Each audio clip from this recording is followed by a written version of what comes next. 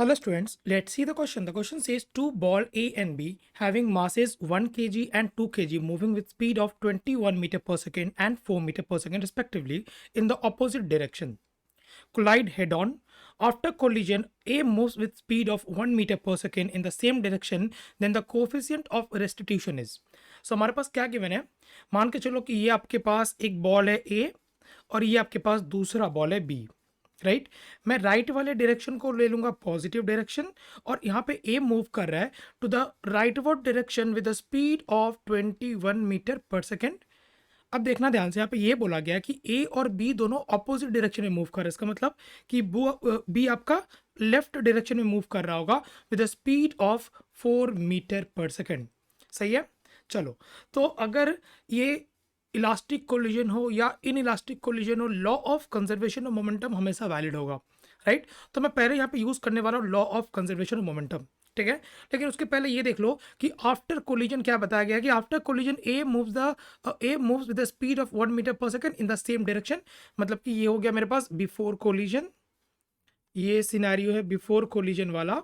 और after collision देखना, after collision अगर मैं बनाऊं, सो आफ्टर कोलिजन ये ए जो है ये राइट की तरफ मूव कर रहा है with the speed of 1 metre per second, but B का स्पीड हमें नहीं पता है, ठीक है. तो पहले मैं लगाता हूँ law of conservation of momentum. So देखना, इनिशियल मोमेंटम कितना होगा, मैंने क्या बोला कि राइट डायरेक्शन मेरे लिए पॉजिटिव डायरेक्शन होगा. सो इसका मास कितना गिवन है, इसका मास गिवन है 1 kg, इसका मास गिवन है 2 kg.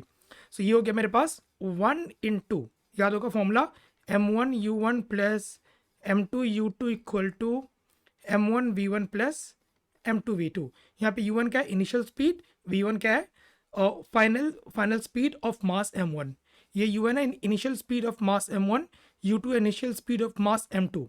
सो अगर मैं इस फॉर्मूला को यूज करके यहाँ पे पुट करता हूँ वैल्यूज, सो 1 इंटू 21 हो जाएगा. ये होगा माइनस क्यों, क्योंकि इसका डायरेक्शन ऑपोजिट है. ये हो जाएगा मेरे पास 2 इंटू, और इसका स्पीड कितना है 4 मीटर पर सेकेंड, तो 2 इंटू 4 हो गया इज इक्वल टू m1v1. ये हमारे पास गिवन है 1 इंटू 1, क्योंकि ये 1 मीटर पर सेकेंड से राइट के डायरेक्शन में मूव कर रहा है.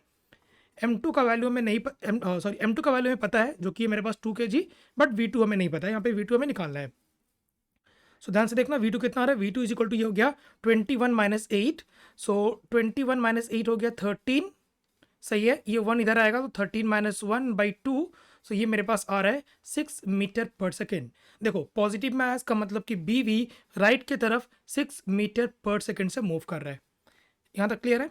चलो, तो अब अभी हमें निकालना है कोफिशिएंट ऑफ रेस्टिट्यूशन, जिसको हम लोग दिखाते हैं ई से, और ई हमारे पास होता है e equal to v2 minus v1 by u1 minus u2. तो इस फॉर्मूला को यूज करने से पहले मैं इसका थोड़ा सिनेरियो दिखा देता हूँ आपको. देखो, मान के चलो कि ये मास आपके पास m1 है, ये u1 स्पीड से राइट की तरफ मूव कर रहा है. ये मास m2 है, ये u2 स्पीड से राइट की तरफ मूव कर रहा है. सही है.